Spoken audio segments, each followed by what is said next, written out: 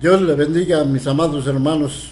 Hoy iniciamos las actividades de Semana Santa de 2020. Este año será muy diferente a los años pasados, porque en este año celebraremos la Semana Santa desde nuestros hogares. Extrañaremos reunirnos en el templo, pero por este año no será posible. Pero esta situación no nos impide recordar con devoción lo que Jesús hizo por nosotros en el Gólgota. Estamos de fiesta, celebrando el sacrificio de Jesús y su victoria. Recuerdo que cuando tenía yo 11 años, mis padres decidieron ir a vivir a Panamá, una población que está al oriente del estado, a unos 20 kilómetros al norte de Tizimín, camino hacia el puerto de San Felipe. El mes de mayo es el mes de la gran fiesta de los patronos del pueblo, San Pedro y San Pablo.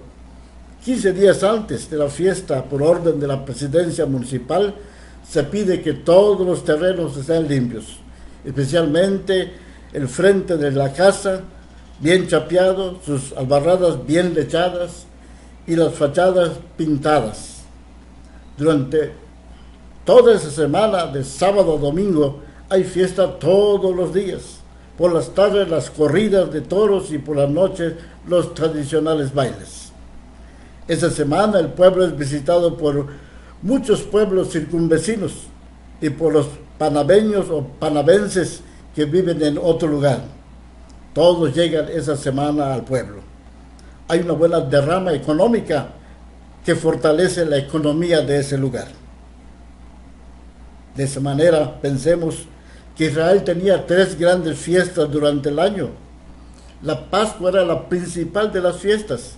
Se celebraba juntamente con la fiesta de los panes sin levadura y se prolongaba por 7 días. Jesús entra en Jerusalén al inicio de la Pascua. El Evangelio de San Juan pone en contexto la muerte y resurrección de Lázaro. En este capítulo 12 vamos a ver 4 acontecimientos muy importantes. Primero, en esta semana que se intitula Bendito el que viene en el nombre del Señor. Primero, veamos la peregrinación de Jesús, los versículos 12 y 13. Grandes multitudes seguían a Jesús, una multitud de judíos. Estos judíos vinieron a Jerusalén a la fiesta y también para conocer a Jesús, porque su fama había llegado a sus oídos y querían conocerlo. También vinieron para ver a Lázaro, que había sido resucitado. Querían ver si era verdad. Grandes multitudes habían venido a la fiesta. Al ver entrar a Jesús en Jerusalén, tomaron ramas de palmera y salieron a recibirle. El Evangelio de Lucas menciona que cuando Jesús entraba a Jerusalén, la gente tendía sus mantos por el camino. Mateo y Marcos mencionan que la gente ponía en el camino sus mantos y ramos de los árboles. Y ahí vemos el clamor de la gente, versículo 13. Y la gente salió recibiendo a Jesús y clamaba: Hosana, bendito el que viene en el nombre del Rey de Israel. Las fiestas de Israel daban testimonio de la victoria de Israel en manos de Dios, y ellos recitaban el Salmo 118, versículos 25 y 26. Oh Jehová, sálvanos ahora, te ruego, oh Jehová, que nos hagas prosperar ahora. Bendito el que viene en el nombre de Jehová. Aquí en San Juan dice: Hosana, bendito el que viene en el nombre del Señor, el Rey de Israel. La expresión Hosana con una N en hebreo y Hosana con 2 Ns en griego. El hebreo es una oración que dice: Señor, danos la salvación. En griego había perdido su significado original y se había convertido en una exclamación de alabanza. En el Antiguo Testamento era una alusión al Mesías. En la entrada triunfal de Jesús a Jerusalén, la gente lo hacía realidad en la persona de Jesucristo. Segundo, la profecía del Mesías. En su narración de lo acontecido, Juan no explica cómo obtiene Jesús el asno solamente dice: halló Jesús un asno, montó sobre él, como está escrito. Juan cita al profeta Zacarías 9, que dice: no temas, hija de Sión, he aquí tu rey viene montado sobre un pollino de asna. Los eruditos han resaltado 3 puntos importantes con respecto a la elección del animal.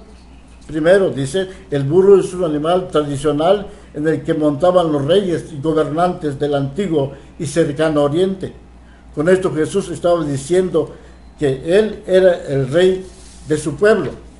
Segundo, al entrar en Jerusalén, en el templo de la celebración de la Pascua, en un burro, invoca la expectativa mesiánica. No se ha quitado el cetro de Judá, ni el legislador entre sus pies, hasta que venga Silo. Y él se congregarán los pueblos, atado a la vid su pollino, y a la cepa el hijo de asna. En la literatura y enseñanza judía, además, la imagen de un rey aproximándose a Jerusalén en un burro significa la llegada del rey mesiánico. Tercero, en vista de la frecuente asociación de los caballos en el Antiguo Testamento con guerra y el orgullo humano, el burro representa una imagen de humildad pacífica. Jesús, de esa manera, estaba declarando la naturaleza de su reinado. No lo entendieron sus discípulos. Los discípulos de Jesús no entendieron por qué entró Jesús de esa manera y por qué la gente le cantaba el Salmo 118, un salmo mesiánico. Ellos no le preguntaron a Jesús el significado de lo que hizo, ni Jesús les dijo qué es lo que estaba pasando. Lo entendieron cuando Jesús fue glorificado. Esta expresión se refiere a la muerte, resurrección y ascensión de Jesús y la venida del Espíritu Santo. En Juan 7:39 dice que el que cree en él, en su interior correrán ríos de agua viva. Y añade: esto dijo del Espíritu Santo, que habría de recibir los creyentes en él, pues aún no había venido el Espíritu Santo, porque Jesús no había sido glorificado. Cuando Jesús fue glorificado, el Espíritu Santo les dio el entendimiento, iluminó sus mentes para que entendieran el por qué Jesús había entrado de esa manera. Tercero, la presencia de la gente. Era parte de la gente que estuvo presente cuando Jesús resucitó a Lázaro y daba testimonio de que realmente Jesús era el Mesías, que como rey entraba a Jerusalén. También es la misma gente que vino a recibir a Jesús y otra más que se había añadido, porque habían oído que Jesús había hecho esta señal. Y cada día crecía la fama de Jesús y muchos querían conocerle y escuchar sus enseñanzas, porque por las señales que hacía, muchos de los judíos se apartaban y creían en Jesús. Por último, la preocupación de los fariseos. Ya veis que no os conseguís nada. Mirad, el mundo se va detrás de él. Así decían los fariseos. Los fariseos vieron el fracaso que tuvieron por querer eliminar a Jesús. Ellos estaban desesperados al ver que el entusiasmo de la gente pasaba cerca de ellos. Es probable que ante su fracaso los fariseos se echaran la culpa unos a otros y veían con temor y miedo la victoria de Jesús. La expresión "mirad al mundo se va detrás de él" es una exageración, o sea, una hipérbole, que enfatiza la cantidad de gente que iba detrás de Jesús, frustrando sus planes de eliminar a Jesús. Para terminar, es interesante recordar la entrada triunfal de Jesús a Jerusalén y lo que la gente coreaba.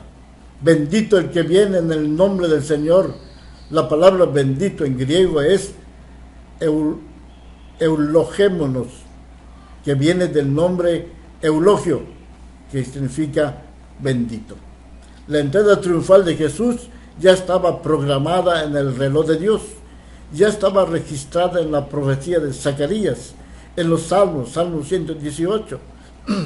Solo era cuestión de tiempo, y el tiempo había llegado. El Mesías prometido por fin llegó a Jerusalén como un rey humilde, un rey pacífico. Esta entrada queda marcada en la historia, no solo de Israel, sino de todo el mundo.